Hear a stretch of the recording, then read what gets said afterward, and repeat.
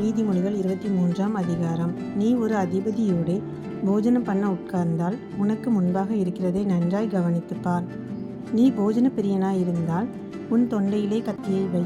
அவனுடைய ருசியுள்ள பதார்த்தங்களை இச்சியாதே, அவைகள் கள்ள போஜனமாமே. ஐஸ்வர்யவானாக வேண்டுமென்று பிரயாசப்படாதே, சுய புத்தியை சாராதே. இல்லாமற் போகும் பொருள் மேல் உன் கண்களை பறக்க விடுவானேன்.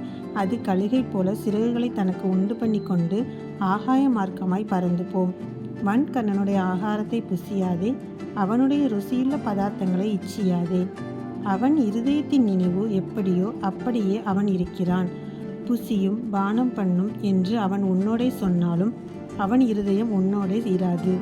நீ புசித்த துணிக்கையை வாந்தி பண்ணி உன் இனிய சொற்களை இழந்து போவாய்.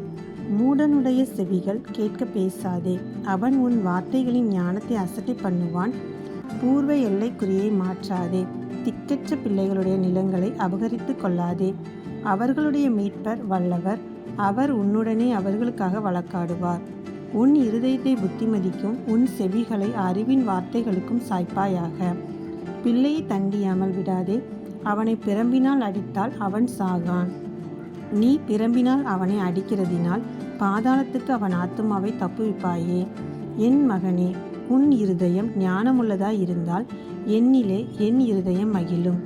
உன் உதடுகள் செம்மையானவைகளை பேசினால் என் உள்ளிந்திரியங்கள் மகிழும். உன் மனதை பாவிகள் மேல் பொறாமை கொள்ள விடாதே, நீ நாடோறும் கர்த்தரை பற்றும் பயத்தோடிரு. நிச்சயமாகவே முடிவு உண்டு, உன் நம்பிக்கை வீண் போகாது. என் மகனே, நீ செவி கொடுத்து ஞானமடைந்து உன் இருதயத்தை நல்வழியிலே நடத்து. மதுபான பிரியரையும் மாம்ச பெருந்தீனிக்காரரையும் சேராதே. குடியனும் போஜன பிரியனும் தரித்திரராவார்கள், துக்கம் அவர் கந்தைகளை ஊக்குவிக்கும். உன்னை பெற்ற தகப்பனுக்கு செவி கொடு, உன் தாய் வயது சென்றவளாகும் போது அவளை அசட்டை பண்ணாதே. சத்தியத்தை வாங்கு, அதை விற்காதே. அப்படியே ஞானத்தையும் உபதேசத்தையும் புத்தியையும் வாங்கு. நீதிமானுடைய தகப்பன் மிகவும் களி கூறுவான், ஞானமுள்ள பிள்ளையை பெற்றவன் அவனால் மகிழுவான்.